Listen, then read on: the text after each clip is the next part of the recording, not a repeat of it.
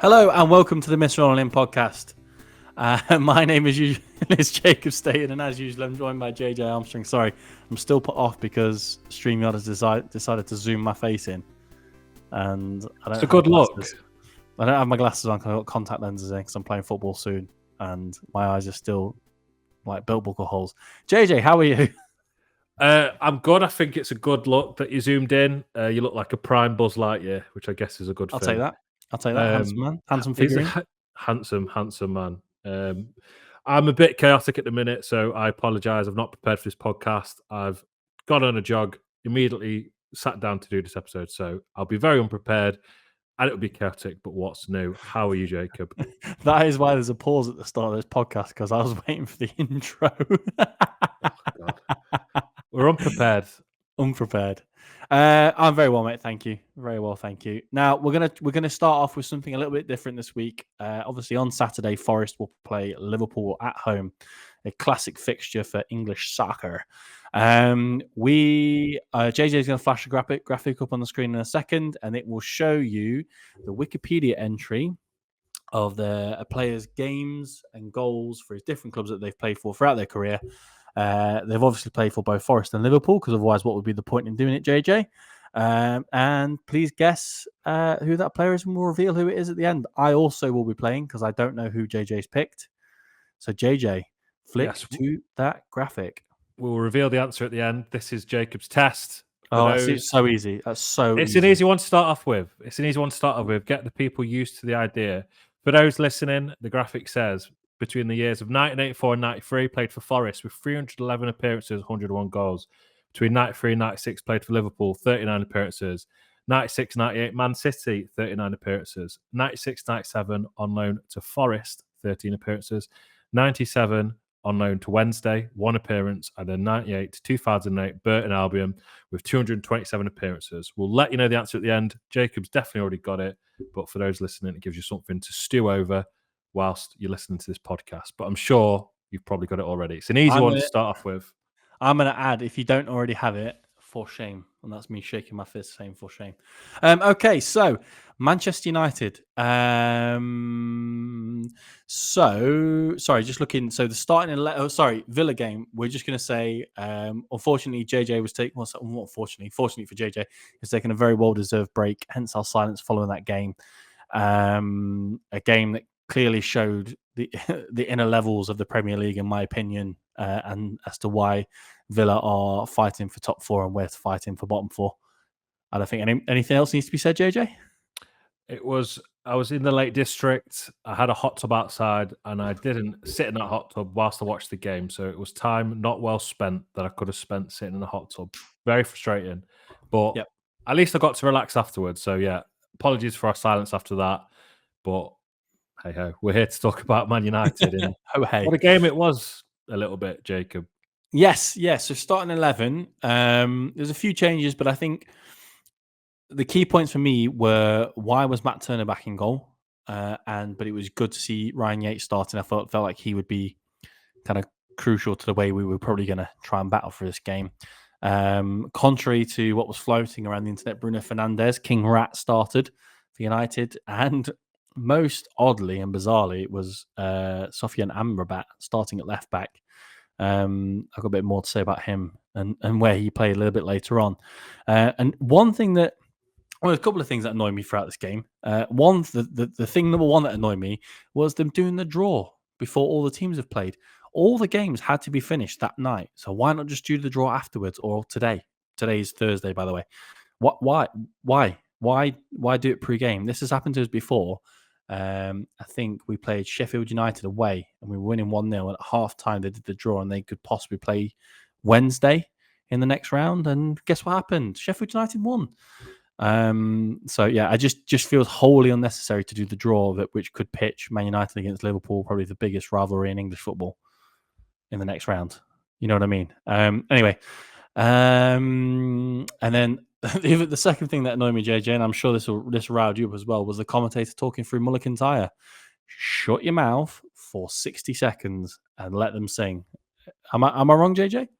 You're not wrong. I love hearing it, and what I hate about when they talk over Mull is how they say what a special atmosphere and how great it sounds. I'd love to find out. Just be Yeah. quiet. They don't talk over "You'll Never Walk Alone," do they? That's all I'm saying. They don't. Maybe they should, because it's a lot quieter. Fill the silence a bit. Yeah, I mean, it is frustrating. There's some commentators that know to be quiet during it, and it is better for it. So, Yeah. So for once, I'm very well prepared, and I made copious notes on this game because I thought, particularly for a neutral, it was a bit of a humdinger.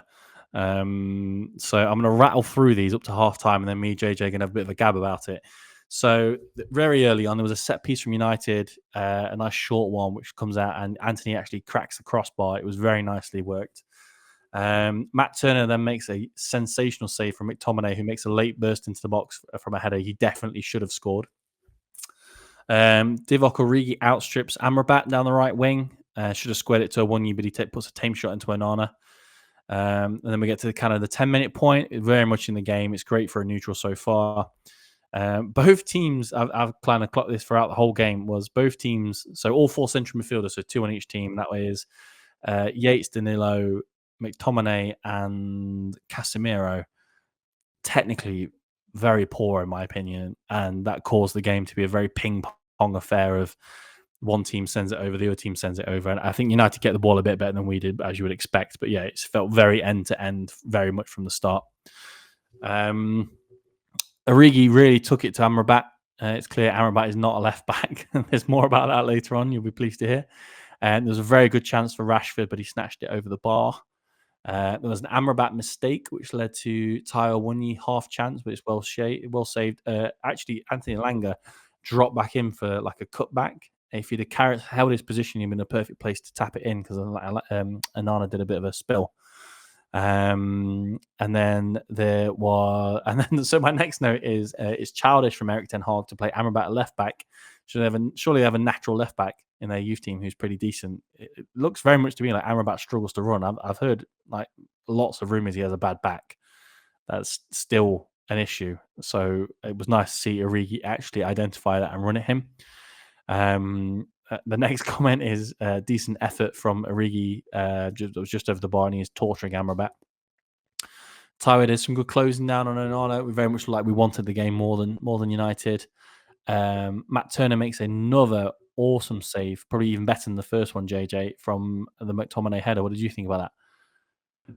I thought Matt Turner was actually pretty good. And I would say it hurts me to say that, but it shouldn't. I think you've got to say when someone's bad, and you've got to say when someone's good.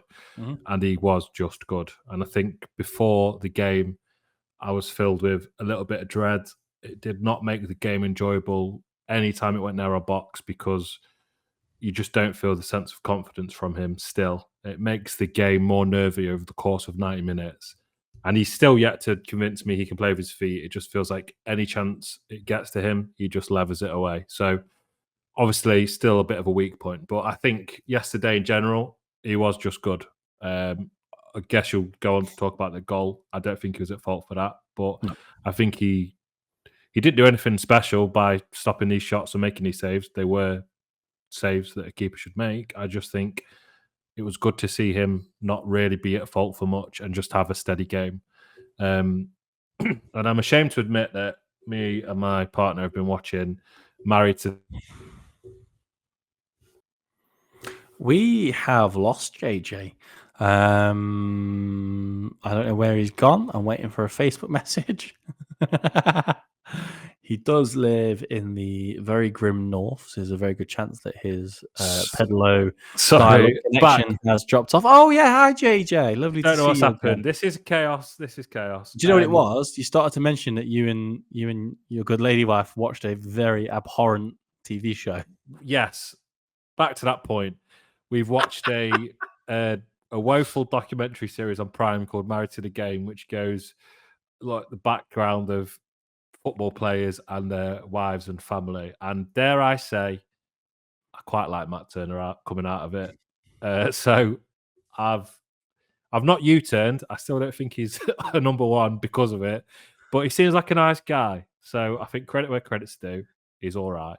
He's letting babysit the dog, but not keep the goal. I'll choose him to babysit my dog over Nuno Tavares, but he's not starting for me. But yeah, anyway, so I did sort of go off on a bit of a tangent. I just, in terms of the save you asked, yeah, good save. Brilliant. So the third thing that annoyed me in this game about the coverage was Alan Shearer banging on all game about Marcus Rashford. And he kept saying that Rashford kept getting the ump because he wasn't getting the ball. And he kept saying, telling him to get on with it. And it's just, he's not a striker, is he?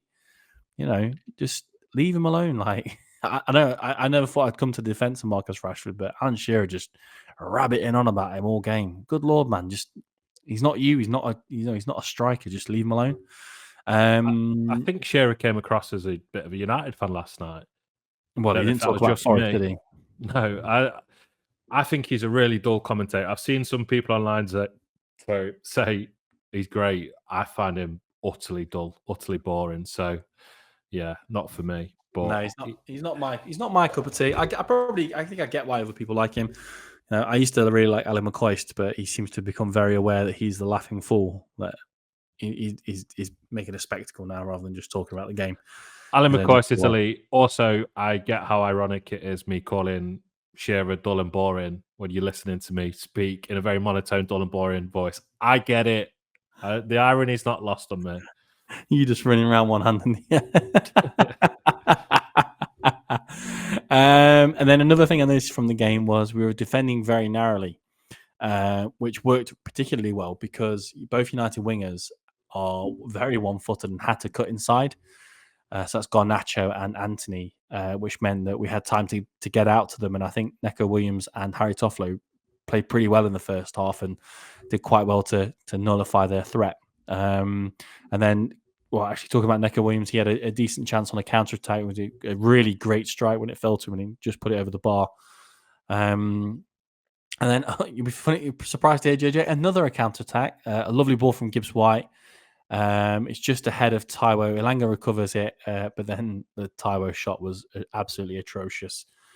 And another one about a dangerous break, which ends with a ball in from Nico when we look dangerous in every break. And that finishes the first half, JJ. I just, in particular, the first 20 minutes, we were very good. I think we're more than equal to United. And the game slowed down because I don't think it could have stayed at that same pace. But yeah, in particular, the first 20 minutes, I was very, very happy. I think we looked good for it. I think we looked largely the better team in just about. I think Man United looked pretty shocking to me. They looked like they weren't really capable of producing much. I know they had a few half chances, but I just felt the players looked a bit unbothered and bored to me. Whereas our players looked like they were bothered and up for it, particularly in that first 20 minutes. So I think it's when you're taking the deficit of where they are in the league and where we are in the league and what team Man United are and what team we are, I think it was us pushing to the better of our ability and Man United suffering through the lowest of their ability, which gave it a bit of a fine balance. I think we were largely equal, but I could see Forest beating Man United at that time. I think we looked better for it. But as I messaged you at the time, we know what's going to happen. We were sort of on the up.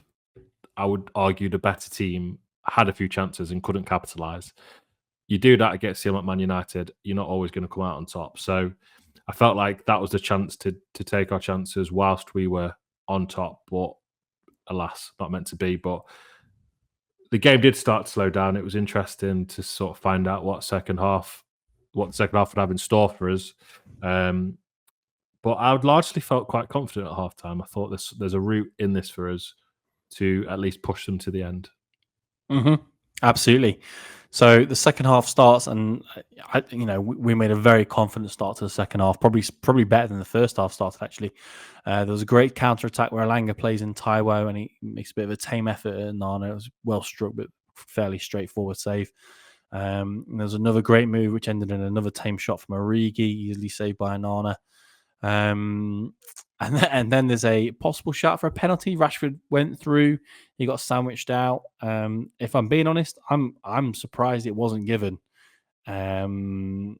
He looked to be taken off the ball. I mean, I don't think there was much in it, but I'm very surprised it wasn't given.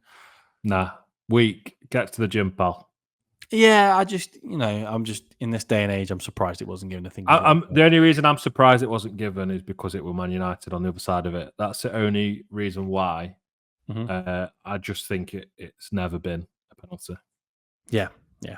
And then after the 60th minute, United started to get hold of the ball a bit more, and I think everyone was starting to slow down again a bit quicker than the first half did. But they still struggled to create clear cut chances. They were take a lot of shots from outside the area. Fernandes had a effort deflected wide, or kind of McTominay tried to direct it goalwards, so I suppose it counts as deflection. But it's a decent build up. Tyway went through on goal, but the assistant incorrectly flags offside. Just let it go. I thought that was what VAR was for. That's what that's the note that I've made. Again, United getting shots, but they're all from distance and they're all quite tame. Alanga does some good running, wins a free kick from Lindelof. Lindelof gets booked. That was the first card of the night. It was quite late, so it was quite a combative game. Murillo strikes an absolute thunderbolt at Onana. It was very well struck, but it was an easy save. I think he probably should look to recycle it, but at the time I don't think there was much on. And then our first change was Callum Hudson-Odoi for Origi. Origi wasn't as good in the second half, but he's still his very best game for us, I think. JJ? Origi really impressed me, particularly in the first half. Looked a different player, and I think he's starting to show spells and flashes of brilliance.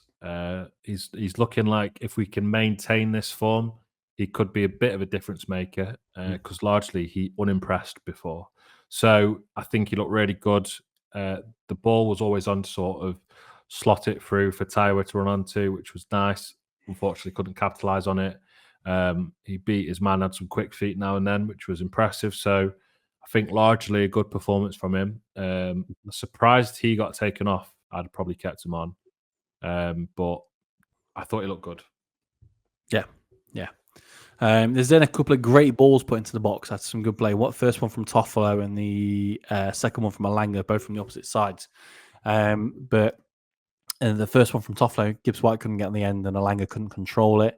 And the second one, nobody gambled, which was disappointing because it was a wonderful ball. In between that, there was a lucky ball that broke to Rashford, but he lashed it over the bar. He really looked off the ball, off fire, not in form.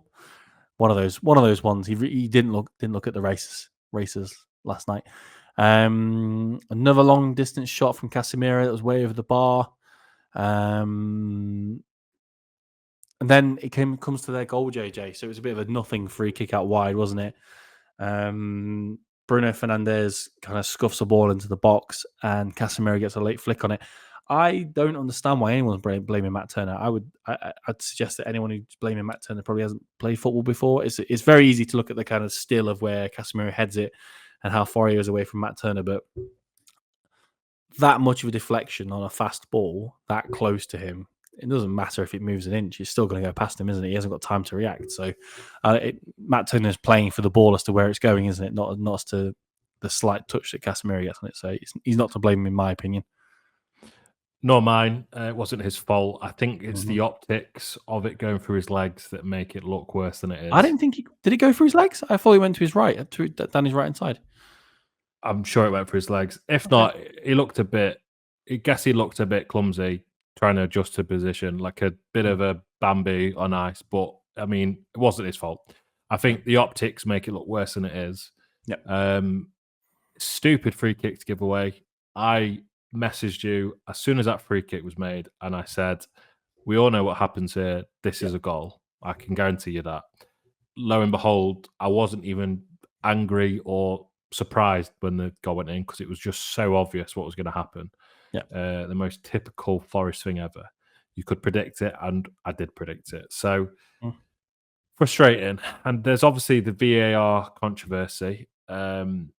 Really bored of talking about it now, but I guess the controversy is that the similar thing happened in the Chelsea-Liverpool final. One was given, one wasn't. Personally, I think neither are. But one can't be and one can be doesn't make any sense. So I just feels consistency is lacking here. Feels like the people operating it are completely and utterly incompetent as per usual. I also don't really care. I'll be honest with Yeah. you. It was our own fault in the first place, and it was obvious what was going to happen. So we can blame VAR. It is frustrating, but Felipe didn't get sent off for manhandling and strangling Fernandez. So you win some, you lose some. Before we jump to Felipe the hero, I just want to say, like, there's still I get why Gibbs-White shared it. He's obviously gutted. It was a great performance, I think, in total. He was very good on the night. That post he shared of the two stills side by side is another reason why you shouldn't look at stills. You know, a picture paints 1,000 words, and they're not all correct, are they? They don't all tell the actual story. And you know, look at that The picture. lining up looks similar, but where the ball ends up and who heads it is completely different in terms of narrative. So. Like Varane, if Varane had blocked the player that's going to stop Casemiro, then absolutely it's offside, and I think it would have been given. But in the Liverpool example, I don't know the personnel of who blocks who, but they have the person who's offside has a direct correlation to what happens with the goal, don't they? So that's why I think the reason VAR took so long is because they couldn't see where to draw the lines because it was such a crowded box. I think that's what took the time. I think my grievance is more with the fact that one day it is, one day it isn't. I know the different circumstances, but still you could argue potentially that they are similar. But as Forest fans, we are so quick to point the blame elsewhere rather than reflecting on silly free kicks give away, obvious where the ball was going to be put, and it was just a bit clever from Fernandez, and Casemiro scored a few goals like that before for Man United. So it is just our fault. And we didn't capitalise on the chances. It's a bit like Huddersfield in the playoff final. You hear them complaining, and Forest fans' retort is, well, if you want to win, get a shot on target or score a goal in open play. Mm-hmm. Same thing applies to us. If we want to make sure VAR hasn't been a factor in us losing and exiting the cup, then capitalise on some of the chances and score. Yep. So take it out of their hands. Yeah, is what it is, isn't it? Yeah, I mean, and then there's nothing much really happens after the goal. We don't really create a chance of note because there wasn't enough time. That's why. Because they said there's 6 minutes at a time, and yet you know the goal went in at 88 minutes. VAR checked it for however many minutes. The game restarted on like 93, and we ended the game on like 97 or something. Where's the rest of the time? Yeah, it was silly. And then speaking of silly, there was Felipe who grabbed Bruno by the throat, doing the world of football an absolute favour. And I can't even bother to talk about VAR, JJ, because as much as he's our player and he's an absolute hero and he's gorgeous, he should definitely have been sent off. I don't. Be consistent. Look, Rodri got sent off for doing the same thing to Gibbs-White. Yep. I love him for it because I think Fernandez is an absolute rat, but that is not the point. Be consistent. It is a red card. I don't get it. And we can't complain about it. If he got sent off, every single Forest fan will go, oh, you can't really do that. That makes sense. Yep. Just it's inconsistent / the people using it aren't fit for purpose. Yeah. And I think overall, JJ, I'm not disappointed in the performance. I think the performance was pretty good. We went toe-to-toe with United for 88 minutes, and I think we were probably value for snatching something ourselves. It just feels a little bit like a wasted opportunity, but nonetheless, it was a very spirited performance. Yeah, we went toe-to-toe with a weak United, which in turn is a good opportunity. So we've only got ourselves to blame. I don't agree with people online saying that it was terrible. I just don't think it was. I think we were definitely okay. We were good. It was fine. I won't melt down over it. We need to be better if we want to get anything in the league, which is obviously our focus, as it always was. But I take a lot of hope from the performance. I think we can see areas of improvement, areas where we need to improve, and largely it was a good effort that on another night, some of those go in and would enjoying doing the double over Man U in one season. So, yeah, fine. It was fine for me. Nothing really wrong. Yeah, absolutely. So next up on Saturday, which is the 2nd of March at 3:00, is Liverpool at home. Liverpool that have played I know we obviously played on Wednesday night last night. Obviously, they had an extra time win over Chelsea in the League Cup. So I'm hoping they've got a few injuries. They're having to play a lot of kids. So I'm kind of. They played last night against Southampton. Yeah, played last night to get through to play United in the next round. I'm hopeful that if we could put in the same performance, we might be able to get something out because they might not have their first team available, JJ. But looking at some of the goals them kids scored, yeah. Well, the team that lined up at Wembley weren't kids. The team that started, Yeah. that their second team is obviously very, very good. They are a very, very good team. We got something against them last season, but this is a much better team than that. Yeah. Unfortunately, I think we're going to see people like Nunes, maybe Szoboszlai, and Salah come back. Looks like it anyway. Theoretical, but if they come back, that's obviously a huge improvement. If not, their second string team still look pretty strong to me. And the kids that they're playing are looking really good value. They look great. So it's going to be difficult. I just can't really picture anything other than a Liverpool win. I'll be honest with you. I know the popular thing to do is to pretend that Forest will win every game, but there's no point kidding myself. I'll take a point. I think we'd have to work really, really hard for it. I think Forest would have to be at the top of the game, and Liverpool struggle with, well, I guess fatigue, having played so many games. But I just think it's Klopp's farewell tour. They're trying extra hard. They have got a strong side, regardless of injuries. See us getting anything. What score, JJ? 3-0 Liverpool. 3-0. 2-all. I'm ever the optimist. 2-all. Yeah. Right. At the start. Go on, JJ. No, I was just going to say, I know we can score 2 goals, but I know we can definitely concede 2 goals as well, so that works out. So at the start of the podcast, we showed you a graphic, which was JJ's going to put it on screen, which is a player who has played for both Forest and Liverpool along the years, and we want you to guess from those stats that are on the screen. So they played for Liverpool, Forest between 84 and 93, Liverpool between 93 and 96, Manchester City between 96 and 98, back to Forest on loan 96, 97, Sheffield Wednesday on loan 97, and Burton Albion from 98 to 2008. JJ, do you have a cool graphic of who the player is, or are we just revealing? It's only bloody Nigel Clough. It's Nigel Clough. And if you didn't get it, shame. I don't think I'd have got it because it's before my time. You don't want to got that. You want to got that. This is why I've got to put it together to test Jacob, because I'm no good at these things. I find it difficult. I did a few as testers, and the one for Man United was Lee Martin, if anyone remembers him, and the one for Liverpool, mine one for Liverpool, Paul Konchesky, wasn't it, JJ?